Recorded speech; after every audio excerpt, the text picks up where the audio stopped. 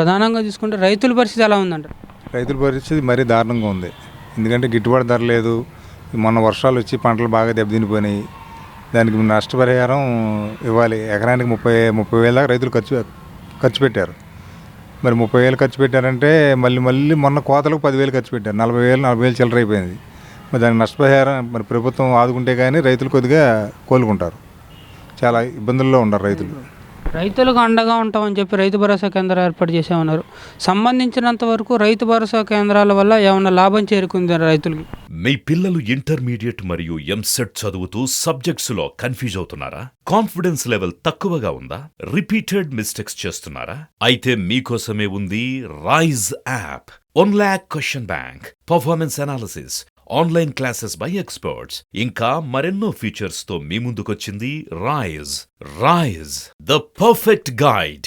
Description లో ఉన్న లింకును ఉపయోగించి సబ్స్క్రైబ్ అవ్వండి. రైతు భరోసా కింద లాభమేమీ లేదు. వాళ్ళు ఏం చేస్తారో జగన్ చెబితే చేస్తారు, అంతేగాని సీఎం చెబితే చేస్తారు. కానీ రైతు భరోసా అసలు మొత్తం వాళ్ళకి అప్పచెప్పేశారు. ఈ ఎంఆర్ఓ కానీ మన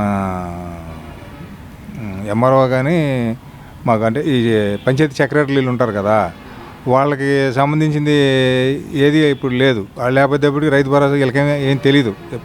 అంటే ఇప్పుడు రైతులు తహసీలు కట్టించుకోవాలన్నా లేకపోతే ఇంకోటి ఏదన్నా మన రైతులది ఈ పొలాలకు సంబంధించిన ఇవ్వాలన్నా వాళ్ళకేం తెలియదు కదా.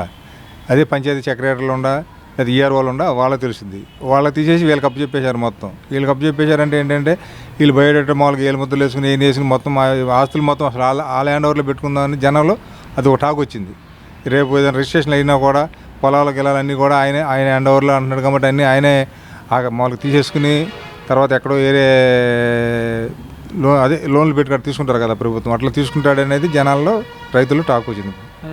అదేవిధంగా తీసుకుంటే ఇప్పుడు వచ్చేసరికి రైతులకు అండగా ఉండటం కోసం చంద్రబాబు గారి హయాంలో పోలవరం ప్రాజెక్టు తీసుకురావడం జరిగింది.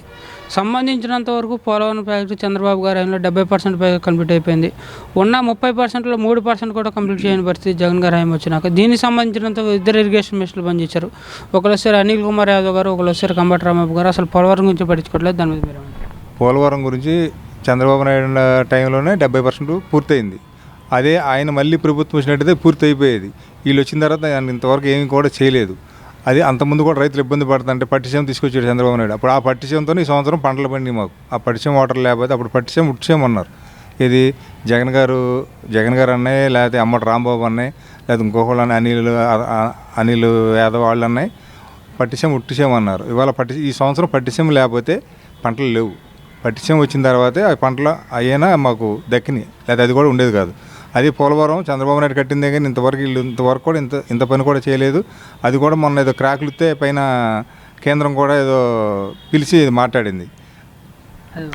అదేవిధంగా తీసుకుంటే ఇప్పుడు వచ్చేసరికి ప్రధానంగా 3 రాజధానులు అన్నారు. ఒక రాజధాని కూడా డెవలప్ చేయని పరిస్థితి ఏర్పడుతుంది. దాని మీద 3 రాజధాని అసలు రాజధాని ఏది చెప్పుకోవాలో మాకే తెలుస్తలేదు. ఇప్పుడు హైదరాబాద్ ఉంది, వాళ్ళు రాజధాని అని చెప్పుకుంటారు. మేము విజయవాడ అమరావతి అని రాజధాని చెప్పుకోమా, లేకపోతే వైజాగ్ అని చెప్పుకోమా, లేకపోతే కర్నూలు అని చెప్పుకోమా. అది ఇప్పుడు రాజధాని అదే చంద్రబాబు నాయుడు అయితే రాజధాని అయిపోయేది. రాజధాని ఇప్పుడు 3 రాజధానులు అన్నాడు. ఏ రాజధాని కూడా చేయలేదు. ఎందుకంటే అట్లా జరుపుకుంటే అట్లా 3 రాజధానులు అని పేరు మామూలుగా ప్రకటించాడు. అదేవిధంగా తీసుకుంటే ఇప్పుడు వచ్చేసరికి ప్రధానంగా నిత్యావసర వస్తువులు కూడా బాగా పెరిగిపోతున్నాయి. దాని మీద మీరు ఏమంటారు? నిత్యావసర వస్తువులు ఇప్పుడు బాగా జగన్ గారు వచ్చిన తర్వాత బాగా పెరిగిపోయినాయి. అంతకుముందు చంద్రబాబు నాయుడు టైంలో ఇప్పుడు మామూలుగా మంచి నూనె 70 రూపాయలు 80 రూపాయలు ఉండేది, వాళ్ళ 200 రూపాయలు 180 రూపాయలు అట్లా పెరిగిపోయినాయి. అట్లా ఉల్లిపాయలు ఉన్నాయి, లేదా ఇంకోటి అన్ని వస్తువులు కూడా ధరలు పెరిగిపోయినాయి బాగా. అదేవిధంగా తీసుకుంటే ప్రధానంగా ఇప్పుడు వచ్చేసరికి మన ఆంధ్రప్రదేశ్ని పర్యాటక రంగంగా అభివృద్ధి చెందడం కోసం చంద్రబాబు గారి హయాంలో ముందడుగు వేసింది. జగన్ గారి హయాం వచ్చినాక పర్యాటక రంగాన్ని పట్టుకునే పరిస్థితి ఏర్పడుతుంది. సంబంధించినంత వరకు పర్యాటక రంగ మినిస్టర్ గారు కూడా మన కృష్ణా జిల్లా ఇన్ఛార్జ్ కింద మంత్రి కింద పనిచేస్తున్నారు రోజా గారు. అసలు దాని మీద మీరు?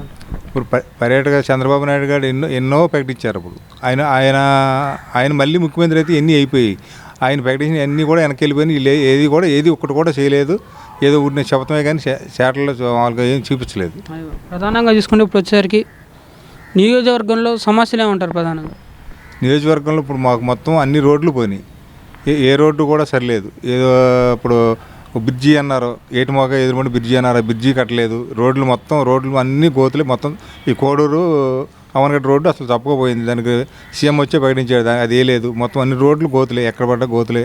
ఇంత మట్టి కూడా పోయలేదు ఎక్కడ కూడా. ఇంకా ఏవో ప్రకటించారు, ఒక్కటి కూడా అమలు చేయలేదు. అదేవిధంగా తీసుకుంటే ఇప్పుడు వచ్చేసరికి ప్రధానంగా చంద్రబాబు గారి హయాంలో పోల్చుకుంటే జగన్ గారి హయాం వచ్చినాక ఇళ్ల పట్టాలు ఇస్తా అన్నారు. ఇళ్ల పట్టాలు ఇచ్చి ఇల్లు కట్టుకునేందుకు వీలుగా తక్కువ వడ్డీతో రుణాలు ఇస్తా అన్నారు. అది ఎంతవరకు సాగుతుంది? ఇప్పుడు ఏమంటే చంద్రబాబు నాయుడు గారి టైంలోనే ఇల్లు కట్టించిన ఎన్ని ఇల్లు కట్టించారో, జగన్ గారు ఎన్ని ఇల్లు కట్టించారో అందరికీ తెలుసు. ఆయన టైంలో ఎన్నో ఇల్లు కట్టించారు, ఎంతోమందికి ఆదుకున్నారు, ఎంతోమంది పేదలకి ఎంతో న్యాయం చేశారు, ఎన్నో సమస్యలు ఉండి తీర్చారు. ఈ టైంలో ఇప్పుడు టైంలో ఇల్లు కడతామన్నారు. ఏదో మేము ఆ చంద్రబాబు నాయుడు టైంలో 2 సెంట్లకి ఇల్లు కట్టారు, ఇప్పుడు సెంటు కూడా లేదు, సెంటు లోపు ఇల్లు అంటున్నారు. దాన్ని బట్టి మీరు ఆలోచించుకోండి. ఎందుకంటే అంతకుముందు ఆ టైంలో ఎట్లా కట్టారో ఇప్పుడు ఎట్లా ఇల్లు ఉండే అది కూడా జనానికి తెలుసు, అందరికీ తెలుసు. అందరూ రోడ్డు ఎక్కుతున్నారు, మాకు ఇల్లు లేవని చాలా ఇబ్బందులు పడుతున్నారు. అంతకుముందు చంద్రబాబు నాయుడు గారి టైంలో ఇల్లుకి కట్టిన కొంతమంది మామూలుగా అంతకుముందు బాకీలు ఉన్న డబ్బులు వసూలు కూడా ఇల్లు ఇవ్వలేదు. అంతకుముందు మరి ఇట్లా రోడ్లు మన ప్రభుత్వం ఉండగా, చంద్రబాబు నాయుడు ప్రభుత్వం ఉండగా సిమెంట్ రోడ్లు అన్నీ మొత్తం సిమెంట్ రోడ్లు అయిపోయినాయి. వీళ్ళు ఒక్క రోడ్డు కూడా వేయలేదు. ఆ రోడ్లు కూడా డబ్బులు చేసినాటికి డబ్బులు ఇవ్వలేదు. అట్లా నీరు చెట్టు వాటికి కూడా బోర్డు పనులు చేస్తే వాటికి డబ్బులు ఇవ్వలేదు. అట్లా ఎంత అమౌంట్ ఆపేసాడో అట్లా చాలామంది ఆటోలు చచ్చిపోయారు, కొంతమంది ఇబ్బందులు పడ్డారు, ఇంతవరకు డబ్బులు రాలేదు. అదేవిధంగా తీసుకుంటే ఇప్పుడు వచ్చేసరికి ప్రధానంగా పవన్ కళ్యాణ్ గారు చంద్రబాబు గారు కలిసి పోటీ చేయడం జరుగుతుంది. ఉమ్మడి కార్యాచరణతో ముందుకెళ్తానంటున్నారు, దాని మీద మీరేమంటారు?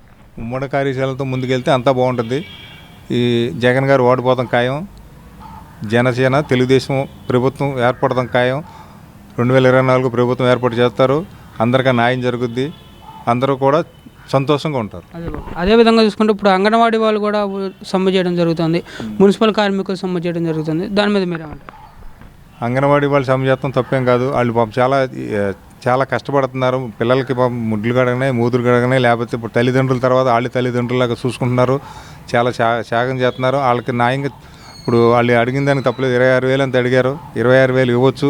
అంతకుముందు 11,000 కదా, 11,000 అంటే వాళ్ళకేం గిట్టదు కదా. ఇప్పుడు వాళ్ళకు కూడా న్యాయం చేయాలి కదా. అదేవిధంగా తీసుకుంటే ఇప్పుడు వచ్చేసరికి ప్రధానంగా చంద్రబాబు గారి హయాంలో అంటే 2014 నుంచి 2019 వరకు మన రాష్ట్రం ఎలా అభివృద్ధి చెందింది, లేదు 2019 నుంచి ఇప్పటి వరకు మన రాష్ట్రం ఎంతవరకు అభివృద్ధి చెందింది? చంద్రబాబు నాయుడు టైంలో 2014లో ఆయన వచ్చిన తర్వాత ఇప్పుడు రాజధాని అయినా ఇంకెంతో ఇప్పుడు 3,000 ఎకరాల పొలాలు రైతులు కావాలని చంద్రబాబు నాయుడు గారికి ఇచ్చారు. ఇచ్చిన దాన్ని ఆయన చాలా డెవలప్ చేశాడు. ఈ పాటికి మాకు పోలవరం అయిపోయేది, రాజధాని అయిపోయేది, ఎంతో అందరికీ రైతులకు కూడా చాలా ఆనందంగా ఉండేది. మాకు పొలాల రేట్లు పెరిగాయి, మా భవిష్యత్తు బాగుండేది. అసలు దాన్ని ఈయన ఏ రాజధాని లేకుండా 3 రాజధానులని మొత్తం ఆపేశాడు. అటు పోలవరం అవ్వలేదు, చాలా ఇబ్బందులు ఇట్లా కష్టాల్లో పెట్టేసి రైతులను చాలా ఇబ్బందులు పెడుతున్నాడు. ఈ పోలవరం అవ్వకపోతే రేపు భవిష్యత్తులో ఏంటి, ఇప్పుడు లాస్ట్లోకి వచ్చినాడు కాబట్టి పట్టించే నీళ్ళు సరిపోయినాయి. రేపు పోలవరం అవ్వకపోతే రేపు రైతులు ఏం చేయాలి? అదేవిధంగా చూసుకుంటే ఇప్పుడు వచ్చేసరికి ప్రధానంగా ఎవరికి మొగ్గు చూపే అవకాశం ఉందంటే 24 ఎన్నికల్లో. అదేవిధంగా చూసుకుంటే 170 సీట్లు గెలిచడం కోసం జగన్ గారు వచ్చేసరికి ఉన్నటువంటి ఎమ్మెల్యేలను కూడా బదిలీ చేసే కార్యక్రమం చేపడుతుంది, దాని మీద మీరేమంటారు? ఎంతమంది ఎమ్మెల్యేలను బదిలీ చేసినా, ఎంతమందిని ఎమ్మెల్యేలు పెట్టుకున్నా 2024లో టీడీపీ జనసేన 160 సీట్లు గ్యారెంటీ వస్తాయి. ప్రభుత్వం ఏర్పాటు చేస్తారు, అందరికీ మంచి జరుగుద్ది.